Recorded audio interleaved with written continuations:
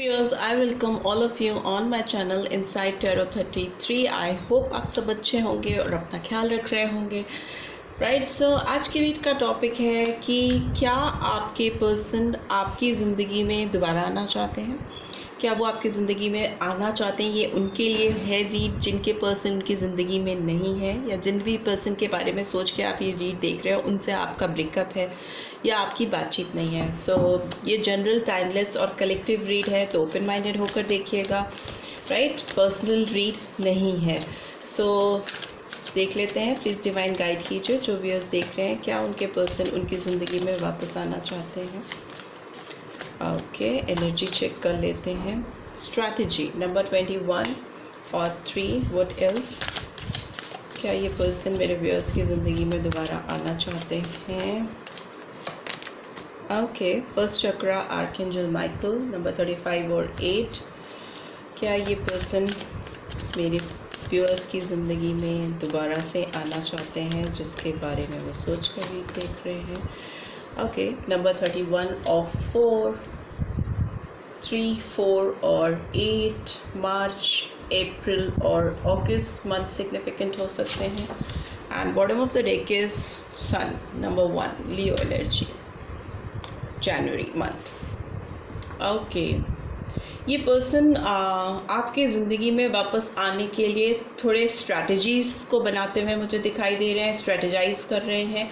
ये पर्सन हो सकता है लिखते बहुत हों आपके बारे में, या तो ऐसी चीज़ें सोचते हैं कि ये बहुत पेजेस आपके बारे में सोचते हुए लिख सकते हैं. आपको इतनी चीज़ें कहना चाहते हैं कि अगर ये लिखने पे आए तो हो सकता है एक पूरी कॉपी भर दें.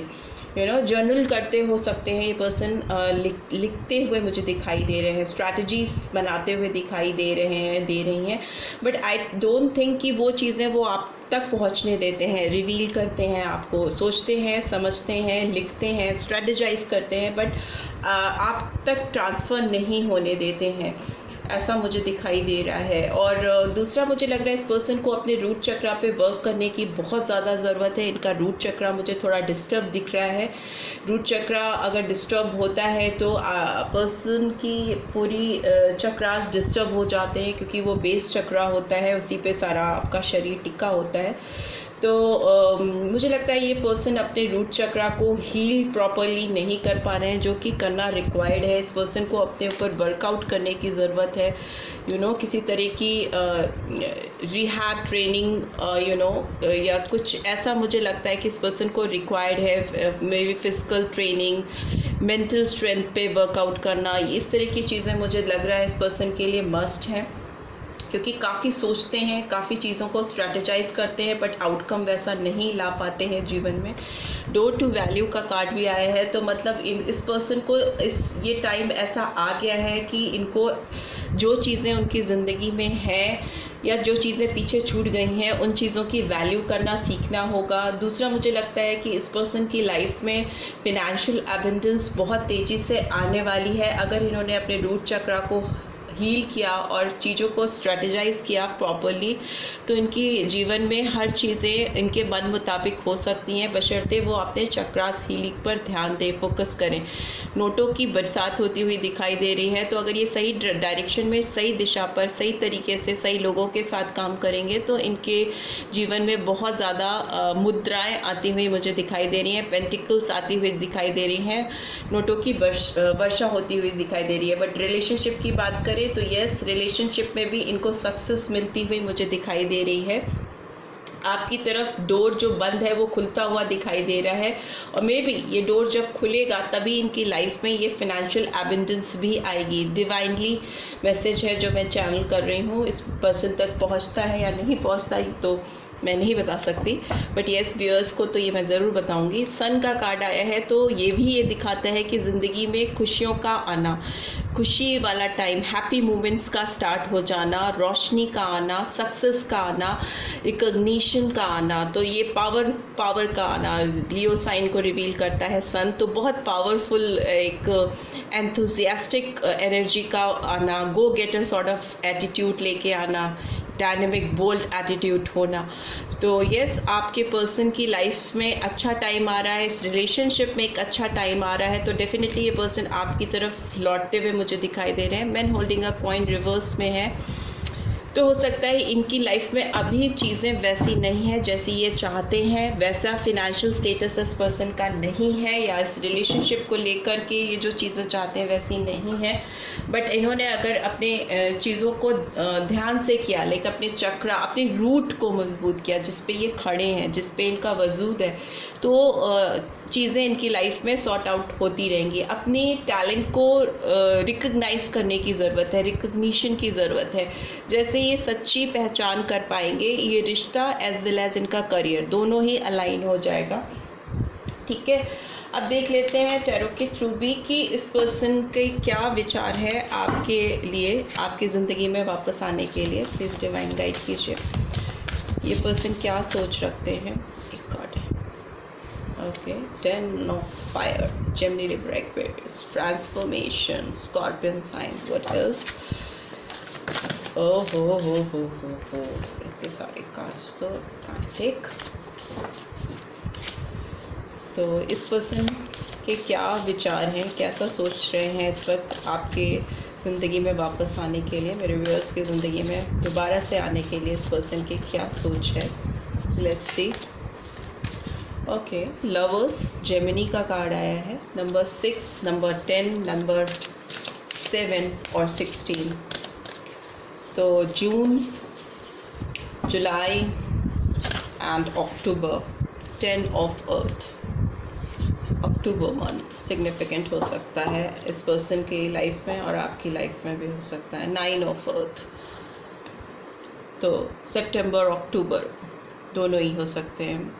ठीक है, सो देख लेते हैं इस पर्सन की एनर्जीज। तो ये कह रही हैं कि ये पर्सन अभी तो बहुत परेशान है। 10 ऑफ फायर का कार्ड है, तो ये ओवरवर्कड हैं, स्ट्रेस्ड हैं, इनकी लाइफ में बहुत इम्बैलेंस है। मैं बोल रही हूँ इनका रूट चक्र हील नहीं है, इनको अपने रूट चक्र को हील करने की ज़रूरत है। बिकॉज ये एक साइकिल में फंस के रह गए हैं, जिससे इस रिलेशनशिप में भी इम्बैलेंस है, इनकी लाइफ में भी है।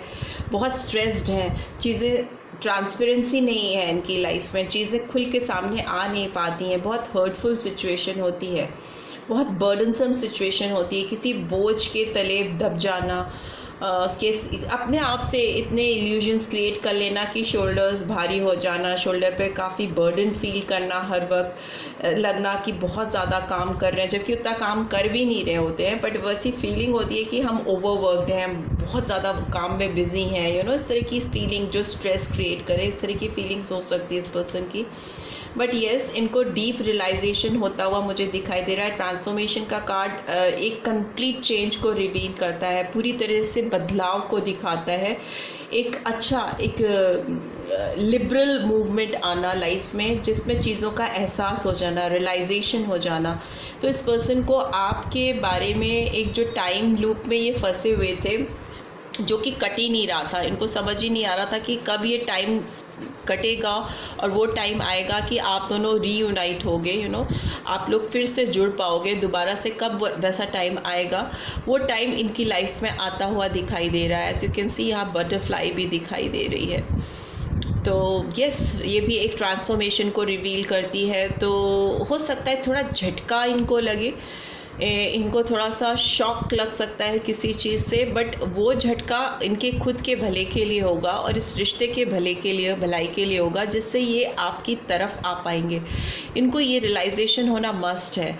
तो हो सकता है आप लोग का सप्रेशन ही डिवाइन ने इसीलिए रखा, वो आपकी डेस्टिनी में इसीलिए सप्रेशन था, क्योंकि इस पर्सन को कुछ रियलाइजेशन होना था, कुछ ट्रांसफॉर्मेशन होना था। एक बहुत बड़े बदलाव से गुजर रहे हैं ये पर्सन, या गुजरने वाले हैं, तभी ये आपकी तरफ मूव करेंगे, आपकी तरफ बढ़ेंगे। इसमें इनको एंजल गाइडेंस मिलती हुई दिखाई दे रही है।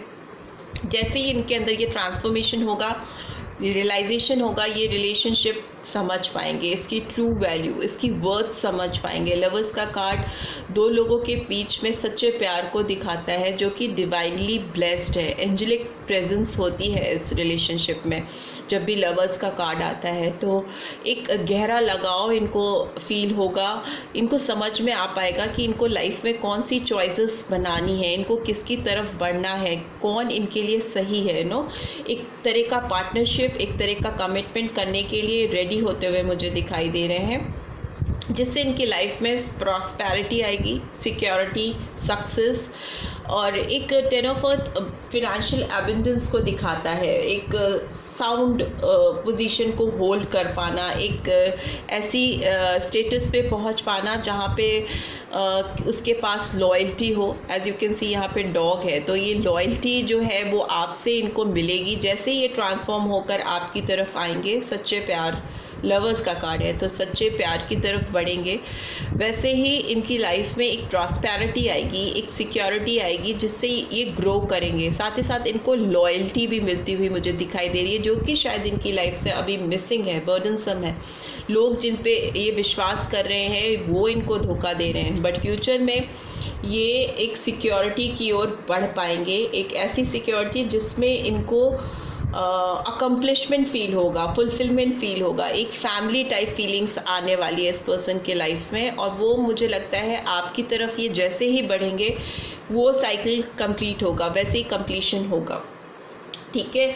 बिकॉज 9 ऑफ अर्थ का कार्ड भी आया है जो कि एक इंडिपेंडेंट फुलफिलमेंट को दिखाता है, लग्जरी को दिखाता है, एक सक्सेस को दिखाता है। सक्सेस के साथ ही 6 ऑफ अर्थ का कार्ड भी है, तो जेनरसिटी मतलब एक बैलेंस ले आ पाना अपनी लाइफ में, एक क्लैरिटी लेके आ पाना। हो सकता है ये पर्सन कुछ चैरिटी भी करना चाहते हैं, किसी लोगों की मदद करना चाहते हैं, या हो सकता है पास्ट में आपने इस पर्सन की बहुत मदद की है इनके करियर को लेकर, या फिनेंशियली इस पर्सन को कुछ मदद की है, तो वो अब आपके साथ आपको रिटर्न करना चाहते हैं। यू नो, एक तरह का प्रॉपर लेन देन करना चाहते हैं, एक बैलेंस करना चाहते हैं लेन देन में, उस तरह के मोड में जाते हुए दिखाई दे रहे हैं। किंग ऑफ एयर का कार्ड है, तो यस, ये पर्सन आने वाले टाइम में जैसे ही इनके चक्रा हील होगा, रूट चक्रा हील होगा और इनको अवेयरनेस आएगी, वैसे ही ये पर्सन अपने लाइफ के ऑब्जेक्टिव को, मतलब मेन गोल को समझ पाएंगे और उसकी तरफ बढ़ पाएंगे। यू नो, इनकी रिस्पेक्ट होगी सोसाइटी में, क्योंकि ये पर्सन हो सकता है काफ़ी नॉलेजेबल पर्सन हो, बट अपने नॉलेज को प्रॉपरली चैनलाइज नहीं कर पा रहे हैं। यू नो, उसका प्रॉपर साइकिल बिठा नहीं पा रहे हैं लाइफ में, और थोड़ा एरोगेंट भी हो सकते हैं, ईगोइस्टिक भी हो सकते हैं। वाइस काउंसलर का कार्ड भी आया है, टॉरस एनर्जी। तो ये वाइस काउंसलर हमेशा एक मैरिज कार्ड को भी रिवील करता है, साथ ही साथ एक पावरफुल बॉन्ड को भी रिवील करता है, कमिटमेंट को भी रिवील करता है। तो ये पर्सन आपकी तरफ कमिट करने के लिए रेडी हैं, बढ़ना चाहते हैं, फ्यूचर में मुझे आपकी तरफ बढ़ते हुए दिख रहे हैं। किसी भी तरह के ईगो से, घमंड से अपने आप को बाहर निकाल रहे हैं, सही नॉलेज का यूटिलाइजेशन करते हुए अपनी जानकारियों को एक सही दिशा देते हुए दिखाई दे रहे हैं। आपके साथ भी एक बैलेंस बनाना चाहते हैं, और जो बना पा रहे हैं, प्रॉपर गिव एंड टेक इस रिलेशनशिप में बनाने की कोशिश करते हुए दिखाई दे रहे हैं, और एक इंडिपेंडेंट एनर्जी को एंजॉय करते हुए दिखाई दे रहे हैं। But it will take its own time, but definitely this person will try his best, his or her best to heal this relationship, right? So इस person की innermost desire भी देख लेते हैं क्या है मेरे व्यूअर्स को लेके। Honeymoon enjoy the bliss of holiday time together। ये पर्सन आपके साथ हनीमून मोड पे जाना चाहते हैं, आपके साथ एक ब्लिस टाइम स्पेंड करना चाहते हैं, एक रोमांटिक टाइम स्पेंड करना चाहते हैं, आपको लेके कहीं दूर निकल जाना चाहते हैं। मुझे तो लगता है इटली जाना चाहते हैं, वेनिस, बिकॉज ये वेनिस का बैकग्राउंड मुझे दिखाई दे रहा है। Since I been to Venice, तो ये मुझे लगता है आपको वेनिस लेके जाना चाहते हैं, वहाँ पे आपके साथ टाइम स्पेंड करना चाहते हैं, हनीमून मनाना चाहते हैं। And pay attention to the red flags, the signs are cautioning you. तो डेफिनेटली आपको थोड़ा केयरफुल रहना है, बिकॉज ये पर्सन बहुत स्ट्रेस्ड आउट हैं। जल्दी में अगर आपकी तरफ कुछ बोलते हैं, बढ़ते हैं, तो आपको भी थोड़ा अपने सेंसेस को यूज़ करने की ज़रूरत है, क्योंकि इस पर्सन की लाइफ में ट्रांसफॉर्मेशन तो आ चुका है या एकदम आने वाला है, जिससे इनकी आंखें खुल जाएंगी। बट फिर भी you will have to be little careful about them, ठीक है। And bottom of the deck is true love, this is the romance of a lifetime. इस पर्सन को लगता है कि आपसे जो उनका प्यार है वो केवल ज़िंदगी में एक ही बार किसी से हो सकता है, और वो उनको आपसे हो चुका है। और वो उस प्यार को, चाहे आपको वो हासिल कर पाएँ, आपके साथ लवली टाइम स्पेंड कर पाएँ, नहीं कर पाएँ, बट उनको मालूम है कि ये उनका सच्चा प्यार है, और ये प्यार उन्हें दोबारा ज़िंदगी में किसी और से तो नहीं होगा। दिस इज़ फॉर श्योर, ये वो जानते हैं। ठीक है, एडवाइस भी देख लेते हैं आपके लिए, क्या एडवाइस है, प्लीज़ डिवाइन गाइड कीजिए। एक कार्ड तो निकल आओ। Okay, surrender to the divine full moon. आपको अब सब चीज़ें डिवाइन के हाथ में छोड़ देनी चाहिए और उनके फैसले को ही फाइनल फैसला समझना चाहिए। It's time to release negativity, full moon in Scorpio. So आपको डिवाइन के ऊपर सरेंडर करना चाहिए और इस पर्सन की जो भी एनर्जी, जो भी लाइफ लेसन्स हैं, उनको लर्न करने देना चाहिए। उसके बाद ही ये पर्सन आपकी लाइफ में ऑटोमेटिकली आएंगे और आपको पॉजिटिव रिजल्ट्स मिलेंगे। और अगर आपके अंदर किसी भी तरह की नकारात्मक सोच है तो उसको बिल्कुल मत फलने दीजिए और उसको रिलीज़ कर दीजिए। राइट, किसी भी तरह की नकारात्मक सोच को ना निकालने की आपको ज़रूरत है। It's time to release negativity, full moon in Scorpio. Transformation में भी स्कॉर्पियन एनर्जी निकल के आई थी। सो अगर आप मन में कोई नकारात्मकता लेके जी रहे हैं इस रिलेशनशिप को लेकर, या इम्पर्सनल आपकी लाइफ में कोई नेगेटिव फीलिंग्स हैं जो आपके दिमाग में बुरे ख्याल लाती है, उस चीज़ को निकालने की ज़रूरत है, उस चीज़ को पूरी तरह से रिलीज़ करने की ज़रूरत है। और अपनी लाइफ को, अपनी जो भी प्रॉब्लम्स हैं, जो भी ट्रबल्स हैं, वो डिवाइन को सरेंडर कर दीजिए। जैसे ही आप सरेंडर करोगे ना, आपकी चीज़ें अलाइन होने लगेंगी, आपकी चीज़ें ठीक होने लगेंगी। आपको किसी के पीछे या किसी चीज़ की ओर भागना नहीं है, सरेंडर करना है। जब आप सरेंडर करते हो, कंट्रोल इश्यूज जाते देते हो, लेट गो करते हो, तो चीज़ें अपने आप अलाइन होने लगती हैं। आप अपना कर्म अच्छा करिए, आप अपनी चीज़ों पे कंसंट्रेट कीजिए, पॉजिटिविटी के साथ आगे बढ़िए, तो ये पर्सन तो क्या, और भी सारी चीज़ें आपकी लाइफ में अलाइन होने लगेंगी, प्रॉपरली कन्वर्ट होने लगेंगी पॉजिटिविटी में। राइट, सो अब देख लेते हैं इस पर्सन के कोई मैसेजेस आपको अगर चैनल होना चाहते हैं तो वो क्या है। ओके, हैंड रिटन मैसेजेस देख लेते हैं, डिवाइन गाइड कीजिए। ओके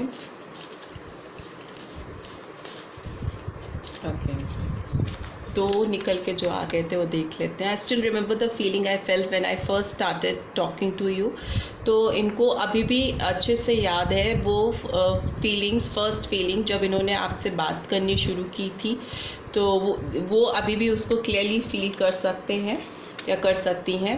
दूसरा है, there is no such thing as being too busy, if you really want something you will make time for it. तो ये भी है कि ये शायद आपसे कहना चाहते हैं या चाहती हैं कि दुनिया में कोई भी ऐसी चीज़ नहीं है जो आपको इतना बिजी कर दे कि आप जिनसे बात करना चाहते हैं उनसे बात नहीं कर सकें। तो मे भी आपसे ये चाहते हैं कि, या चाहती हैं कि आप उनसे बात करें, टाइम निकालें उनके लिए और उनसे कम्युनिकेट करें, ऐसा वो चाहते हैं। प्लीज़ उड़िए मत। Okay, what else do we have?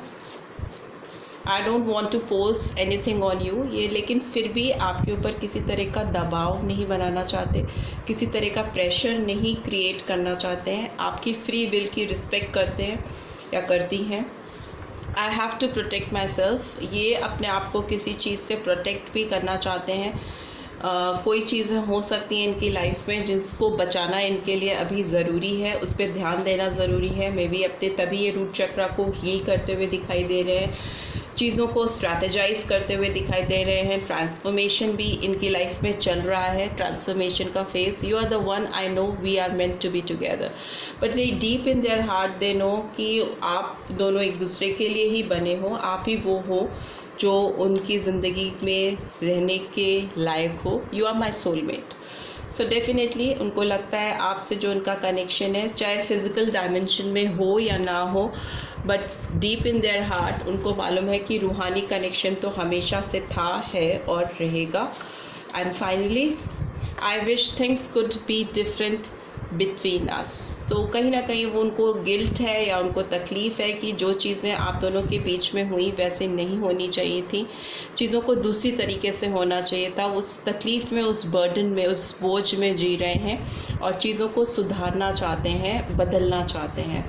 And bottom of the deck is please don't leave me. I'm so sorry. I can't live without you. So yes, आपसे रिक्वेस्ट करना चाहते हैं कि आप उनको नहीं छोड़िए, माफ़ी मांगना चाहते हैं बिकॉज वो नहीं रह सकती या नहीं रह सकते आपके बिना। Right, so this is all I am getting. I hope आपको इस रीड से कुछ गाइडेंस मिल पाएगी। मिली है then do give this video a like, और फर्स्ट टाइम आए हैं तो सब्सक्राइब करके जाना मत भूलिएगा। And thanks for watching. See you next week. Till then, take care. Bye bye.